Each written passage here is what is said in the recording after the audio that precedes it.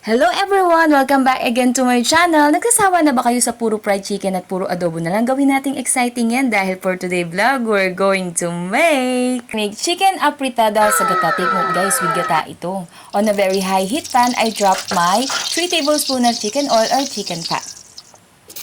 Potato goes in and I continue stirring it. You can cut your potato any type of cut you want, but for me, I prepared this cut. Continue stirring it and then I drop my same cut carrots.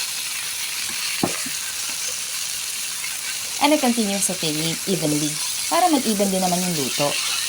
Sa mga nagtatanong, Chef, paano kung wala kaming chicken oil? Okay, magandang katanungan yan. Pag wala kaming chicken oil, pwede naman din pumunta sa mga inasal ng doon. Hindi, joke lang. Shout out sa mga healthy living, pwede kayong gumamit ng olive oil or vegetable oil. Pero kung nagtitipid naman, pwedeng canola oil. This process pala is called sauteing. Sauteing, meaning ilalabas lang natin ang moisture ng veggies para hindi maging sagi pag inisto natin later. And then you can take it all out. Ayan. On the same pan, I added my onion and my garlic and I continue sauteing it until it translucent. I will add our sliced tomato. For the sliced tomato, I use 5 medium pieces since I cook 1 kilos of chicken. So we were going to saute it. Why? This tomato contains a lot of acidity which is we're going to release it to incorporate this flavor to our chicken.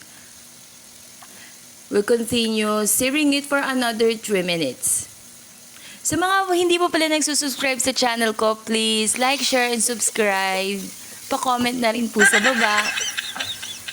So, ayan. Medyo nag-translucent na ang tomato and we're going to drop our chicken. For the chicken chop, I chose chicken leg quarter kasi mas malinamnam to. Try nyo.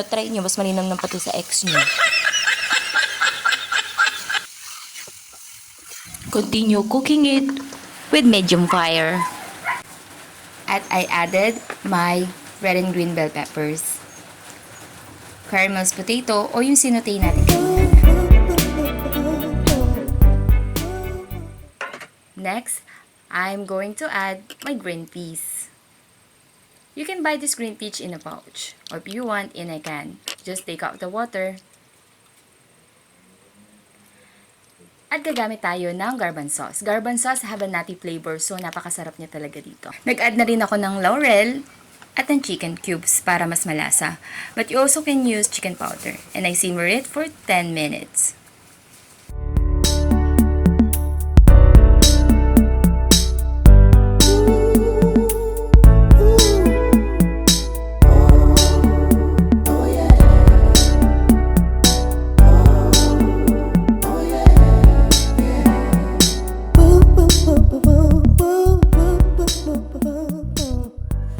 Grabe guys, sobrang nakakagutom to.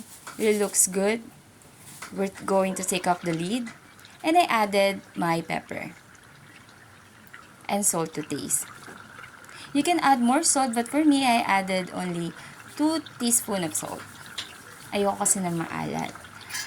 And then, I'm going to add sugar. You can use white sugar or brown sugar, kung ano yung preferred nyo.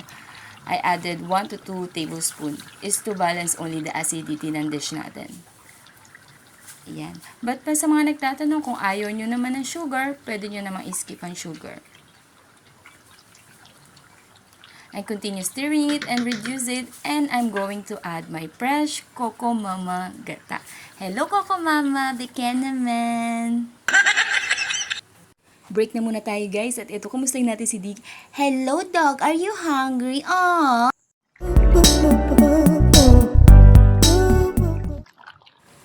Ayan, na-simmer na natin siya, nag-reduce na rin yung sauce natin. We're going to simmer it for another 2 minutes and we're going to serve. Grabe, sobrang sarap. At ito na nga, nauna na nga yung bata, kumain na siya.